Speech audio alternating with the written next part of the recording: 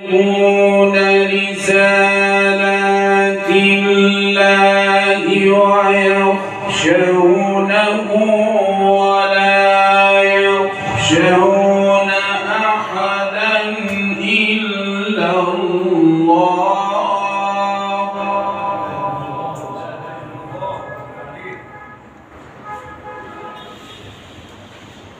وكفى بالله حسيبا.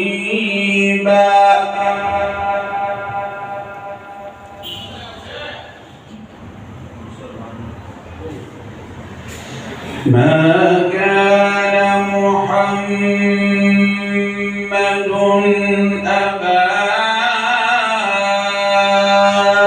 أحد من رجالكم ولكن رسول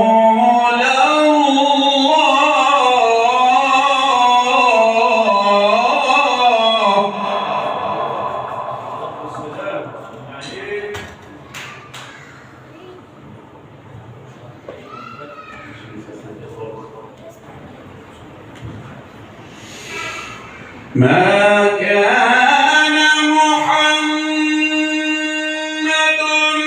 أبا أحد من رجالكم ولكن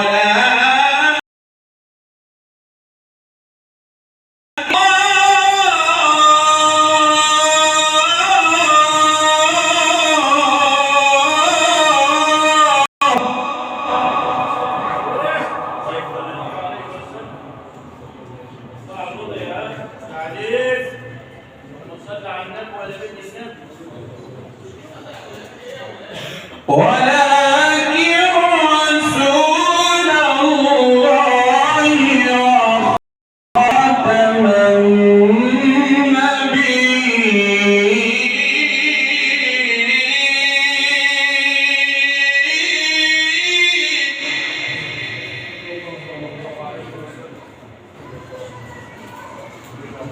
وكان الله بكل شيء عليما.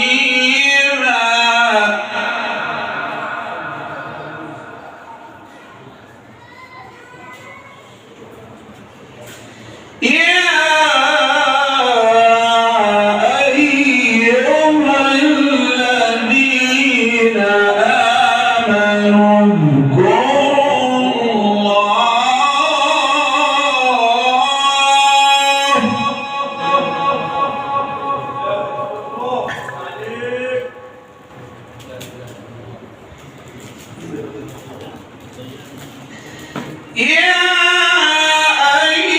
أيها الذين آمنوا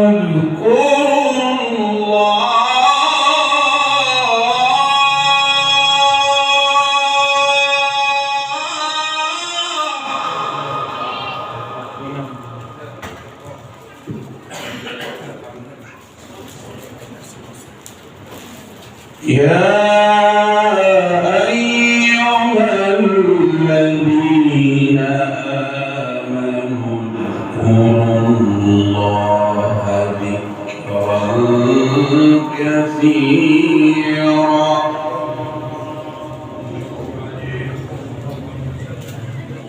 وسبحوه بكرة وأصيلا.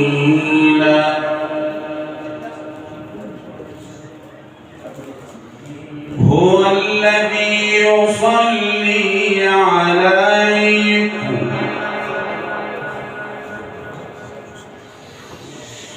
هو الذي يصلي عليكم وملائكته ليخرجكم من الظلمات إلى النور وكان بالمؤمنين رحيما.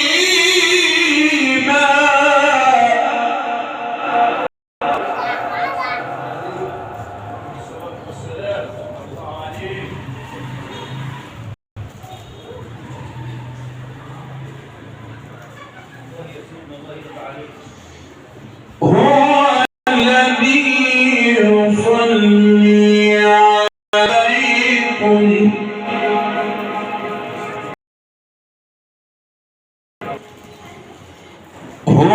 الذي يصلي عليكم وملائكته ليخرجكم من الظلمات إلى النور وكان بالمؤمنين رحيما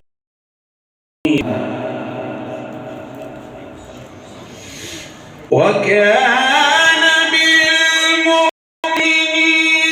رحيما تحيتهم يوم يلقونه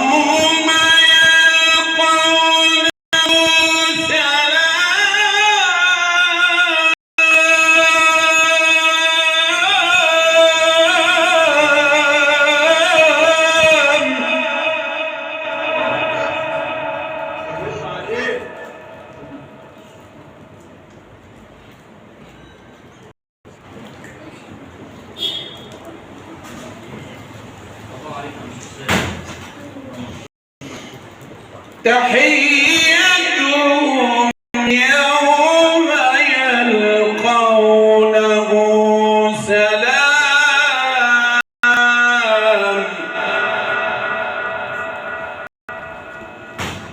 وأعد لهم أجرا كريما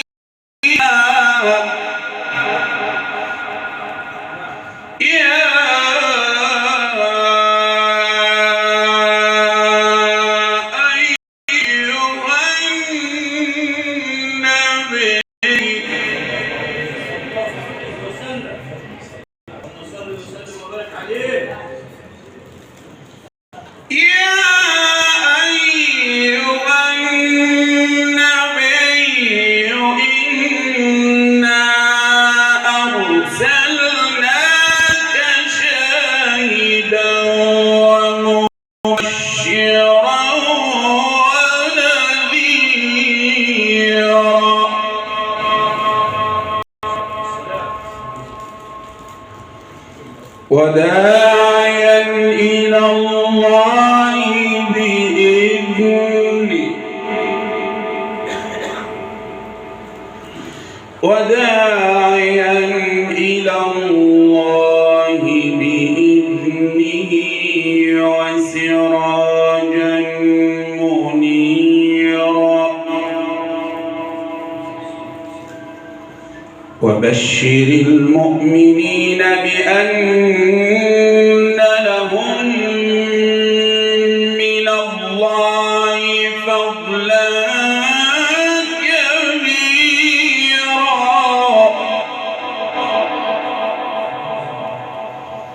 ولا تطع الكافرين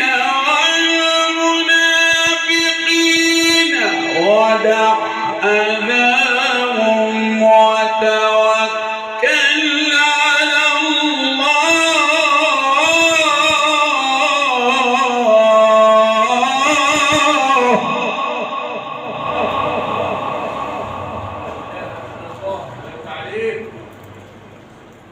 وتوكل على الله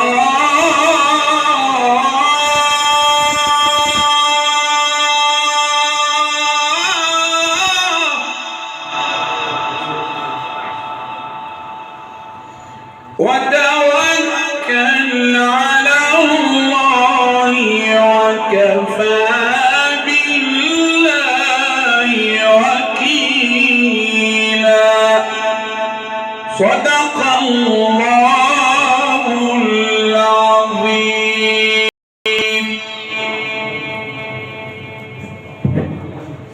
وتوكل على الله وكفى بالله وكيلا.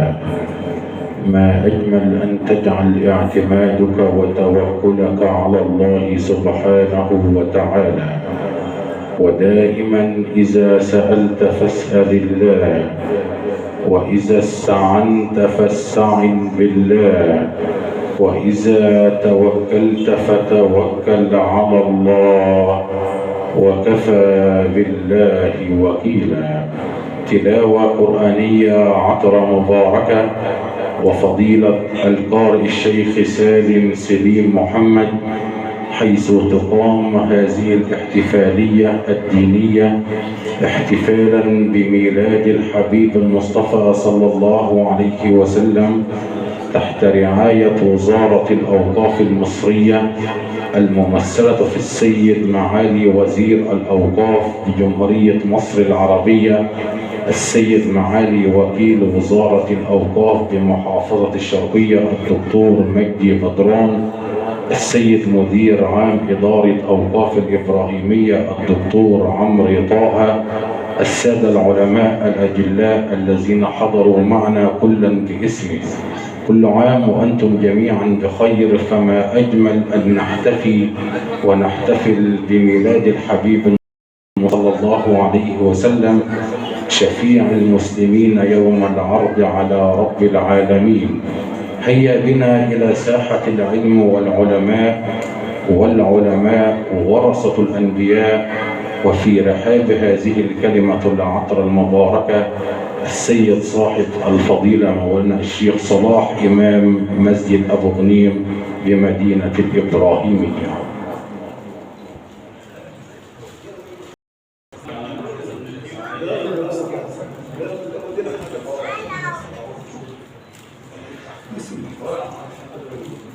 الحمد لله رب العالمين، والصلاة والسلام على أشرف المرسلين سيدنا محمد صلى الله عليه وسلم، وعلى آله وأصحابه وأحبابه ومن اهتدى بهديه وعمل